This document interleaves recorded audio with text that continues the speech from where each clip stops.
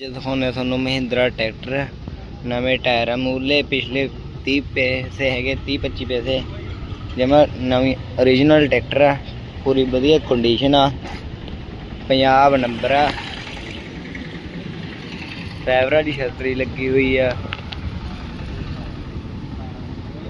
475 DI Mahindra कितों रंग paint नहीं होया 2000 मॉडल आ 2,18,000 रेट लिखा है 2,18,000